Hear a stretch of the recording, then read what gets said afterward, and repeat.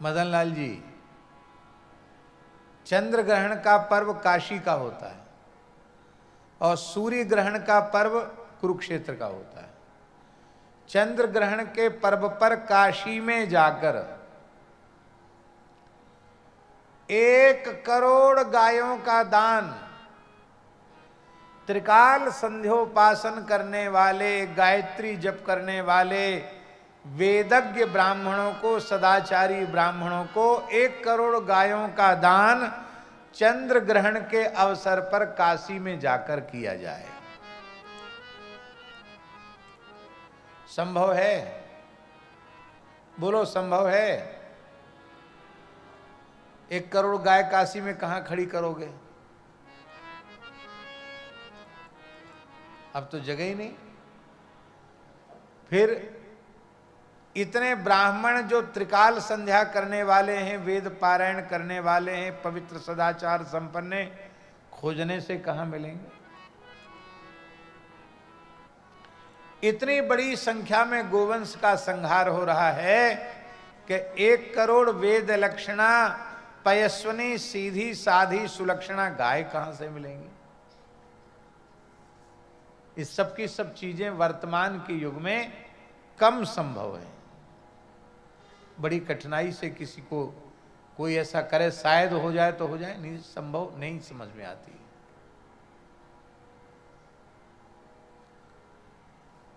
काशी में जाकर चंद्र ग्रहण के समय 1 करोड़ गायों का दान वेदज्ञ ब्राह्मणों को किया जाए।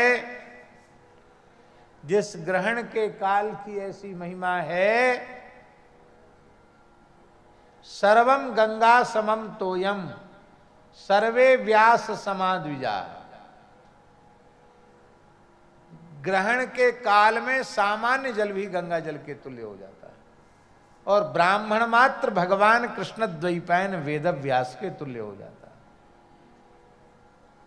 और उस ग्रहण के काल में काशी में जाकर दान करें, उसका पुण्य, और 1 बार श्री गोविंद नाम का उच्चारण करे, उसका पुण्य। तो कहते काशी में चंद्र ग्रहण के समय 1 करोड़ गायों का दान करने वाले उस दाता के पुण्य से 1 बार प्रेम पूर्वक गोविंद नाम का उच्चारण करने वाले का पुण्य 100 गुना अधिक है।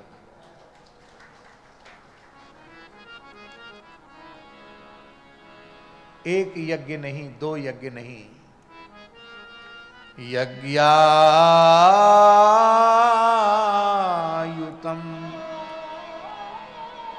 10,000 यज्ञ करे।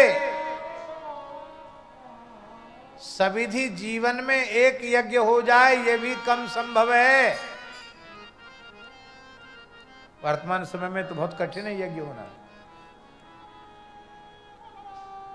शुद्ध पदार्थ ही नहीं मिल रहे जिनसे आप यज्ञ करें। कथनचित सारी व्यवस्था आप जुटा लें तो भी 10,000 यज्ञ कैसे करेंगे? पर 10,000 यज्ञ करें, दक्षिणा दें, यज्ञांत अविवृत स्नान करें, कितना पुण्य होगा। 10,000 यज्ञ करने वाले, दक्षिणा देने वाले दाता के पुण्य से 1 बार श्री गोविंद नामोच्चारण करने वाले का पुण्य अधिक है। गोविंद नामोच्चारण करने वाले के पुण्य की बराबरी 10,000 यज्ञ करने वाले दाता का पुण्य भी नहीं कर सकता।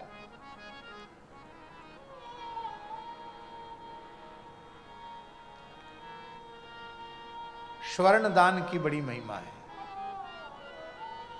सुमेरु पर्वत के समान स्वर्ण राशि पवित्र ब्राह्मणों को दान की जाए, उसका पुण्य, और केवल 1 बार गोविंद नाम उच्चारण करे, उसका पुण्य बराबर नहीं हो सकता। 16वें अंश की बराबरी नहीं कर सकता। कलाम नारहंति षोडशीम, 16वें अंश की बराबरी नहीं कर सकता। भगवान नाम का महात्म्य अनंत गुणित है। इसका मतलब यह मत आप लगा लेना के गोदान, भूमिदान, स्वर्णदान, यज्ञ ये सब नहीं करने चाहिए। ये तो गीता जी में लिखा है, पावनानि मनीषिणाम, सबको पवित्र करने वाले हैं, भगवान वेद की आज्ञा करना चाहिए।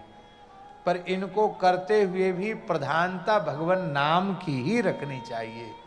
भगवान नाम का जप करते हुए ये सब किया जाएगा तो अनंत अनंत अनंत गुणित हो जाएगा। हर काम में भगवान नाम को प्रधान रखो। इसलिए गोकोटि दानम ग्रहणे सुकासी, गोकोटि दानम ग्रहणे सुकासी, माघे प्रयागे शतकल्पवासी, माघे प्रयागे शतकल्पवासी।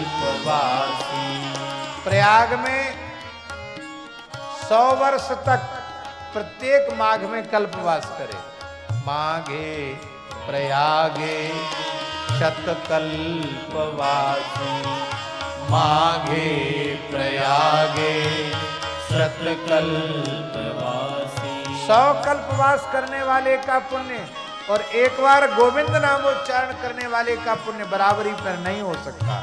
गोविंद नामोच्चारण करने वाले का पुण्य अधिक है। माघे प्रयागे शतकल्पवासी, माघे प्रयागे शतकल्पवासी।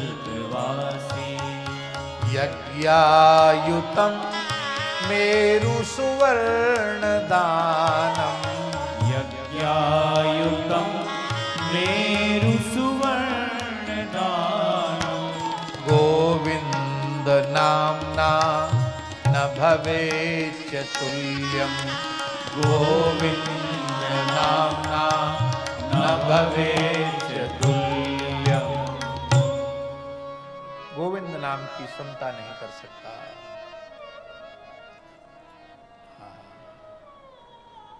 इसलिए गोपाल मंत्र में गोविंद नाम आया। अष्टादशाक्षर जो श्री गोपाल मंत्र है उसमें श्री गोविंद नाम आया। बहुत प्रिय है भगवान को गोविंद।